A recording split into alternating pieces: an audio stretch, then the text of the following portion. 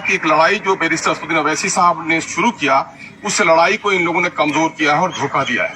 इन लोगों ने धोखा किया है, बल्कि सीमांचल की वो गरीब और महरूम जनता जो इंसाफ की तलब के लिए एमआईएम का झंडा उठाया था, इनको वोट देकर जिताया था, उस जनता को धोखा दिया है। वो कौन है? वो गरीब हैं, किसान हैं, मजदूर हैं, परदेसी मजदूर हैं, सैलाब से परेशान हाल लोग हैं, अनपढ़ लोग हैं, दवा से महरूम लोग हैं, बेरोजगार लोग हैं, उनको धोखा दिया है। मैं समझता हूं मीर जाफरों के साथ ही मैं समझता हूं कि राजद जैसी पार्टी जो कभी माई समीकरण की बात करती थी, अकलियतों की, विशेषकर मुसलमानों की बड़ी बात करती थी, और आज अकलियतों के दरमियान में पार्टी उठकर आई है, अकलियतों की आबादी से उठकर आई है, अल्पसंख्यक लोग जीत कर आए, अल्पसंख्यक के लोगों ने उस इलाके में अपनी समस्याओं के समाधान के लिए इनको वोट दिया है, इनको तोड़ने का काम किया है, तो मैं समझता हूं कि आने वाले दिनों में इसको बड़ी कीमत चुकानी पड़ेगी। कभी माई कहते थे, आज वो A to Z कहते हैं। मैं समझता हूं कि इस वक्त पूरे बिहार में माइनॉरिटी के लोगों की जितनी आस्था जुड़ी है एमआईएम से, उस आस्था को खत्म नहीं कर सकते थे। बल्कि मैं दावे के साथ कहता हूं, मैं एक टूटा था तो 5 लेकर आया था, आज 4 टूटे हैं तो 24 लेकर एमआईएम आएगी और ऐसे लोगों को भी धूल चटाने का काम करेगी। इससे हमारी पार्टी में कोई घबराहट नहीं है। जाने वाले चले गए, ले जाने वाले लेके चले गए। मीर जाफर का किरदार जिसने अदा किया, और जिन लोगों ने अकलियतों में गुजरात में गर्दनें काटी है, जिन लोगों ने बाबरी मस्जिद तोड़ी है, अकलियत के लोगों ने ऐसे लोगों को माफ नहीं किया है। मैं समझता हूं कि अकलियत के लोग, अकलियत की उठती हुई ताकत को जिन लोगों ने तोड़ा है, उसको भी माफ नहीं करेंगे।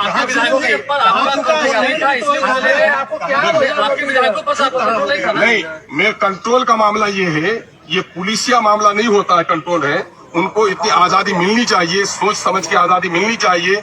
जो भी बंधन यहाँ पर होता है नैतिक बंधन होता है, और नैतिक बंधनों को तोड़ने वाले वो मैं समझता हूँ कि सबसे बड़े पापी होते हैं। आप स्टैंड नहीं ले रहे थे, इस वजह से वो भागे। आप किस चीज का स्टैंड नहीं लिया? हमें से अकलियतों का स्टैंड ले लिया, दलितों का स्टैंड ले लिया। और मैं समझता हूँ कि पिछले इजलास के सेशन हुए, गवाह होगा कि अकलियतों और पिछलों के जितने मुद्दों को और सीमांचल के जितने मुद्दों को एमआईएम ने मजबूती से उठाया है, और तमाम तर विधायकों को जो हिस्सेदार बनाया है, तमाम तर विधायकों को जो बोलने का मौका दिया है, जो परामर्श किया है। दूसरी पार्टियों में गए हैं, हम लोग रहे भी हैं, दूसरी पार्टियों में हैसियत है तलवार चाटने की। एमआईएम है जो मान सम्मान की बात करती है। अगर कुछ लोगों को ऐसा ही मामला है, सीमांचल का विकास क्यों नहीं हुआ? सीमांचल से इसी नेचर के लोग जीत कर आए जो पार्टी का तलवार चाटते रहे और सीमांचल के मुद्दे की लड़ाई नहीं लड़े।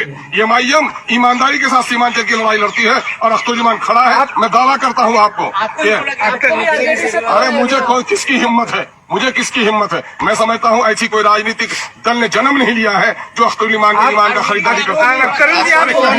कहने को कोई लफंगा किसी को अगर इशारा कर दे तो थोड़ी ही है कि क्या करें। आप उधर भी नहीं रहे, आप भी तो उनके साथ हाउस के बाहर। क्या स्टैंड अलग नहीं है? सवाल ये पैदा होता है, आप महागठबंधन के साथ भी नहीं रहते थे, बिहार के पिछड़ों के लिए जो बात हमने की है, सीमांचल के हक और इंसाफ की हमने बात की है। सीमांचल में वो तमाम तर विधायक जिनकी बस्तियां कट रही हैं, जहाँ सैलाब का कहर है, जहाँ पुल नहीं बना, सड़क नहीं बना, स्कूल नहीं बना, हॉस्पिटल नहीं बना, रोजगार का मौका नहीं आया, वो स्टैंड कोई साथ दिया क्या? उस स्टैंड में एमआईएम सब लोग साथ थे क्या? दूसरी पार्टियां थी क्या? हाँ, जो कॉमन मामला था, अभी मामला आया अग्निपथ का मामला कॉमन इशू है। कॉमन इशू में हमने भी पार्टी का साथ दिया। लेकिन जहां तक सीमांचल के मुद्दे रहे, सीमांचल के मुद्दे में पार्टी कभी पीछे नहीं रही है। और मैं समझता हूँ किसी पार्टी ने सीमांचल की इतनी वकालत नहीं की है जितना अल्प अवधि में एमआईएम ने की है।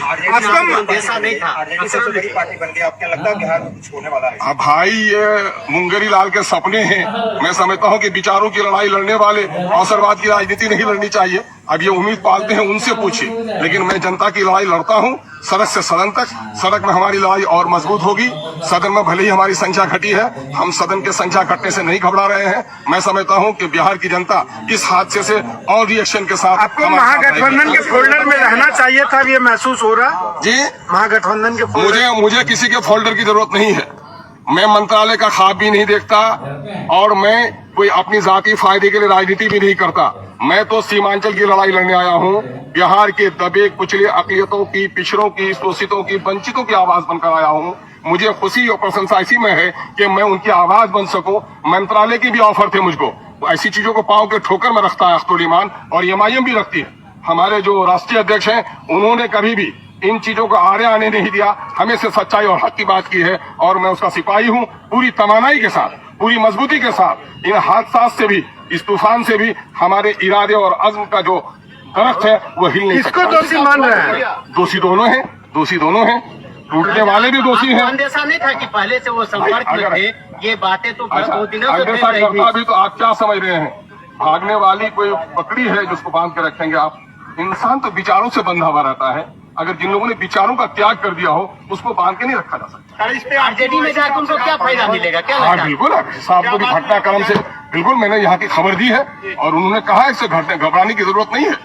और जो जिंदा तहरीकें होती हैं ये इस किस्म के हालात आते रहते हैं और ऐसा होता है सैलाब में खसो खासा बह जाता है और जो मजबूत पहाड़ होता है खड़ा रहता है। महाराष्ट्र के बाद बिहार में भी खेल होगा क्या?